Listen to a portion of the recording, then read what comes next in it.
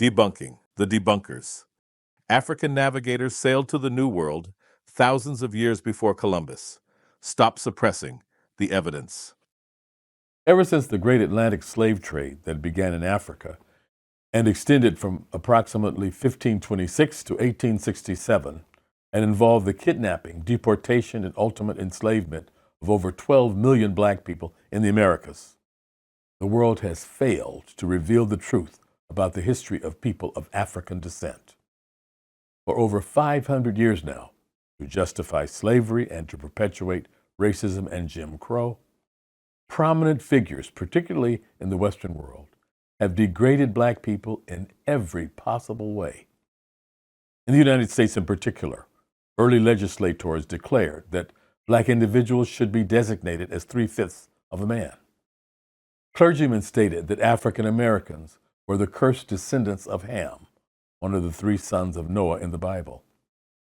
White scientists insisted that black people were genetically inferior subhumans with small brains and limited mental capacity. Furthermore, once scientists discovered that ancient Egypt laid the foundation of global civilization, Egyptologists removed black people from ancient Egypt, Egypt from Africa, and Africa from world history. They began to write and teach about ancient Egypt, not in Africa, but in the Near East, the Middle East, the Mediterranean, the Orient, or even the Fertile Crescent. To reinforce their racism, white scholars of every rank and persuasion consistently stated that the ancient Africans of the Nile Valley, quote, were not Negroes. No, they were dark skinned, but they were not black, but they're not Negro. Because look at the lips of the Negroes like that and the nose like this. It's not really the Egyptian origin at all. It's different, completely different. They even ignored the original name of Egypt, which was Kemet, the Black Land, referring to the earliest people of the Nile Valley. Now that modern science has proven that the human race emerged in Africa and that black people appear to have migrated around the world and to have spread civilization from the mother continent to the far corners of the earth, recalcitrant scholars have redoubled their efforts to suppress, distort, or ignore black history and culture.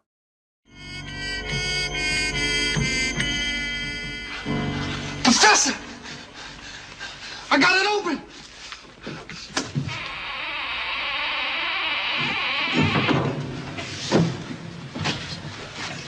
Good heavens, man! Great Scott, we've discovered the fountain of all knowledge of Egypt in the entire world. Do you realize the importance of this moment, Smedley? Yes, sir, I do. Do you see the brilliance, the untold years? I see it, sir. Sir, this is medicine. Thank you so much. Thank you, sir. You slave. Look! What is this? See. Says, cannot. This is the elixir of life, sir. The elixir of life? The cure for all diseases. Wait, see here. Wait, Give it to me. An inscription on the bottom. Give it to me. Give it to me. Open at other end. Lummox.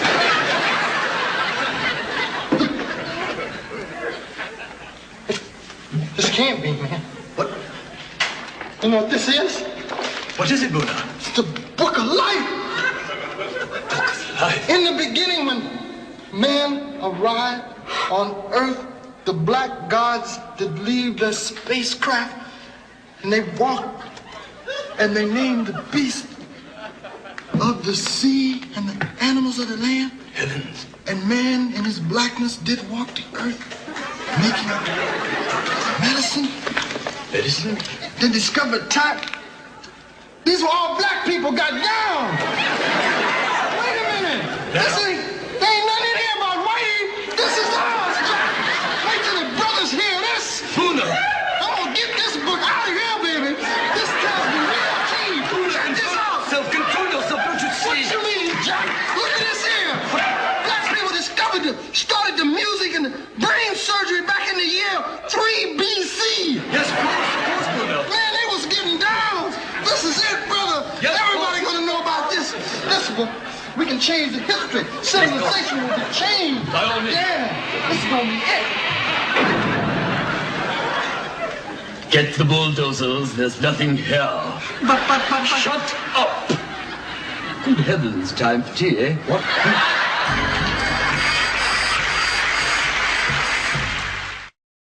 This is especially true with respect to New World studies. Traditional historians, anthropologists, geneticists, archaeologists, and others insist that there is no evidence that black people from anywhere in the world reached the Americas before Columbus. This opinion, widespread as it is pure nonsense, and the scientists who promote it are deceiving the general public.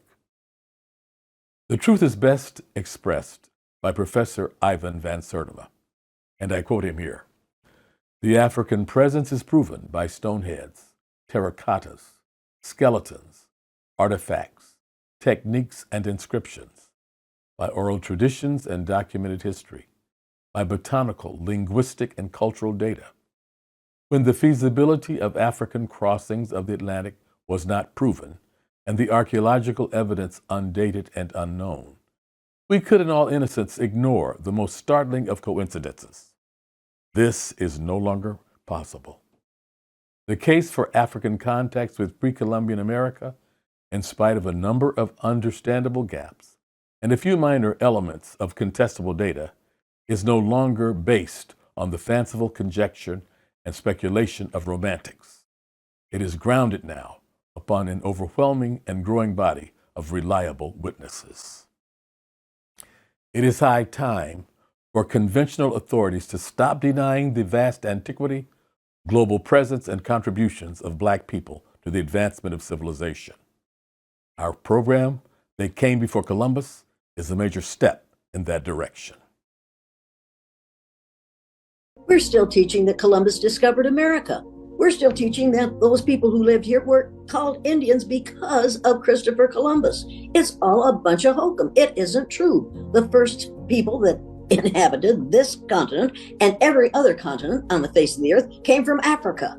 People from Africa came to what we call the North American continent between 20,000 and 10,000 years before Columbus was a gleam in his father's eye. What we call black people were here before there were any white people on the face of the earth. There were no white people until enough people from Africa moved into the northern climates, and their skin, their hair, and their eyes got lighter as they were exposed to less and less melanin, sunshine, so their bodies produced less and less melanin. That's the only reason my skin is this color, because my great-great-grandparents came from Ireland, which is in the northern climates. We don't teach the truth to kids. I don't think they teach the truth to kids in Europe either, because we all seem to think that the most important thing you can be is white. There is no such thing as a white person. While mainstream archaeologists assure us that Africans never colonized Mexico or Central America, the average man looks at these statues and heads and wonders how academia can make such a blatantly wrong assertion, one that is startlingly unscientific at its very core. Even though it is sanctioned by the hallowed halls of academia to tell the masses of tourists and students alike that these were not Africans, one must conclude that these academics are blind, insane, or both. David Hatcher Childress. The startling fact is that in all parts of Mexico, from Campeche in the east to the southeast of Guerrero, and from Chiapas next to the Guatemalan border to the Panuco River in the Huasteca region north of Veracruz, archaeological pieces representing Negro or Negroid people have been found, especially in archaic or pre-classic sites. This also holds true of large sections of Mesoamerica and far into South America, Panama, Colombia, Ecuador, and Peru. Alexander von Wuthenau. The African presence is proven by stoneheads, terracottas, skeletons, artifacts, techniques, and inscriptions, by oral traditions and documented history, by botanical, linguistic, and cultural data. When the feasibility of African crossings of the Atlantic was not proven, and the archaeological evidence undated and unknown, we could in all innocence ignore the most startling of coincidences. This is no longer possible. The case for African contacts with pre-Columbian America, in spite of a number of understandable gaps and a few minor elements of contestable data, is no longer based on the fanciful conjecture and speculation of romantics. It is grounded now upon an overwhelming and growing body of reliable witnesses. Ivan van Sertima. It is an embarrassing enigma because it challenges scholars and prideful nationalists to explain how people from Africa could have come to the New World not hundreds but thousands of years before Columbus, and how they could have developed, seemingly overnight, the mother civilization of Mesoamerica. To acknowledge the Olmecs and their civilization as the mother civilization of Mesoamerica means to acknowledge that they preceded that of the Mayans and Aztecs, whose heritage the Spaniards tried to eradicate and Mexicans today are proud of. Zachariah Sitchin. The Black began his career in America not as slave, but as master. R.A. Jarawazburi. Stop suppressing the evidence. 14 scholars and scientists who document the Black presence in ancient and medieval America. Black children must be taught the truth.